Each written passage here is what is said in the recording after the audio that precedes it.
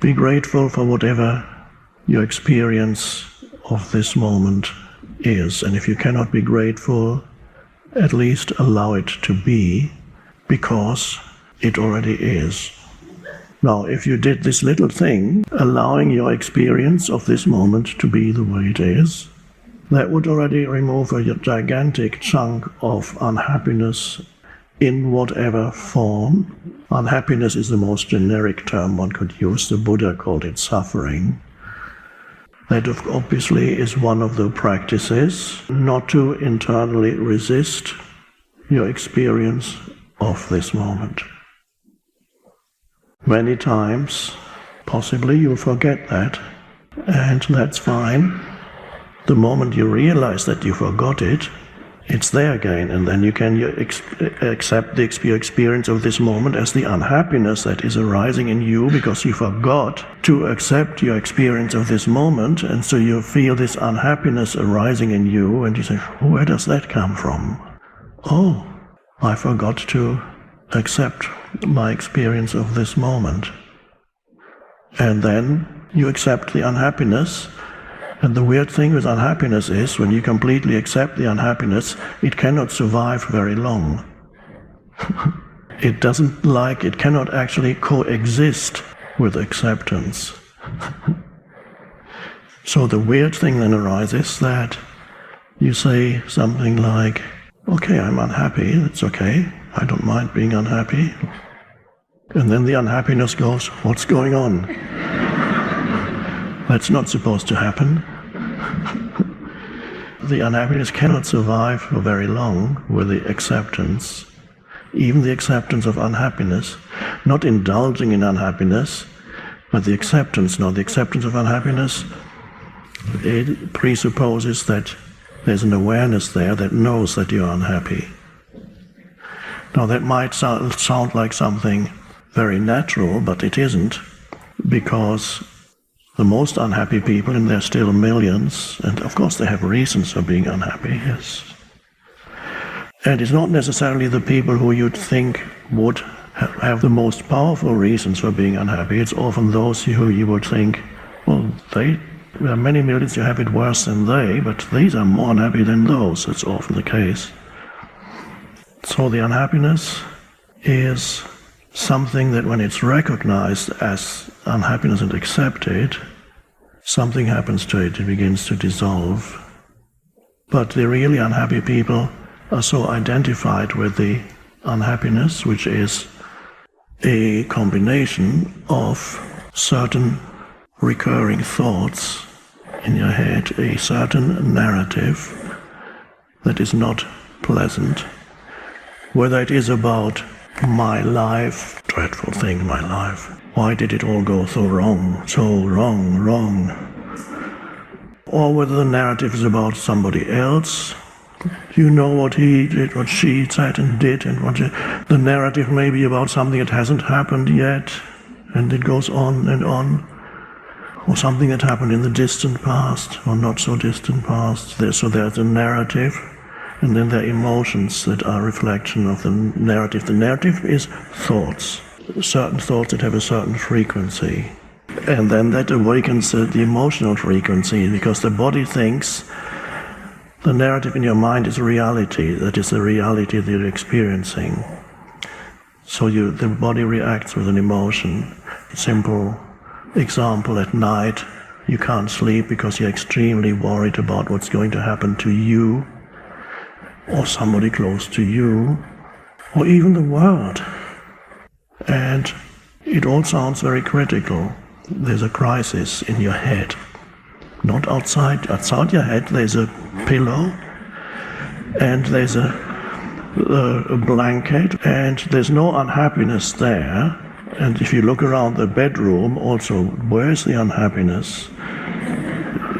And then the body, since that is the critical reality that you inhabit. There is a crisis in your life.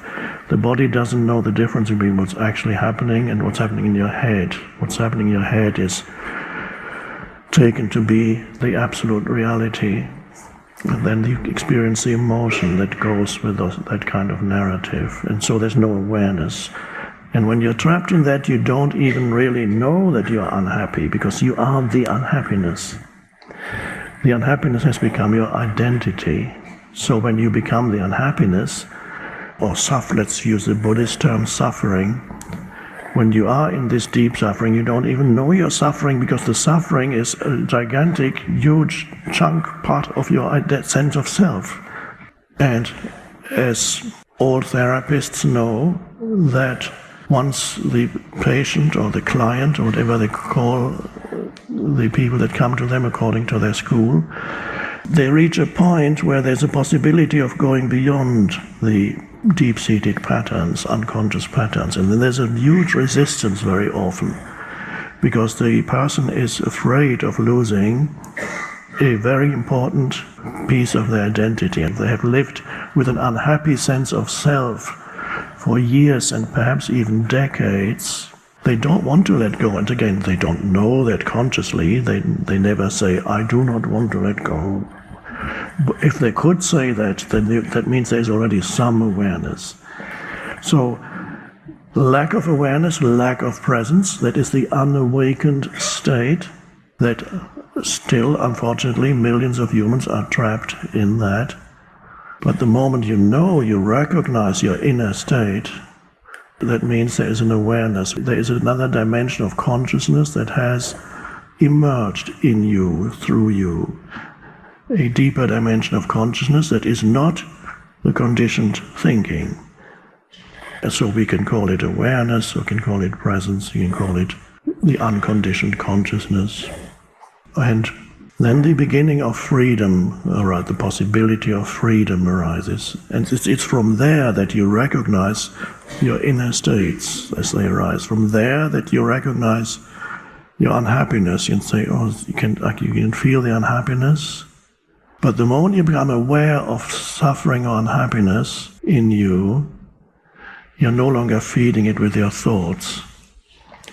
As long as you're not aware, you're feeding it as a vicious circle. You're feeding it with your thoughts, with your narrative. Your narrative creates more unhappiness. The unhappiness creates more thought. And you're trapped in that.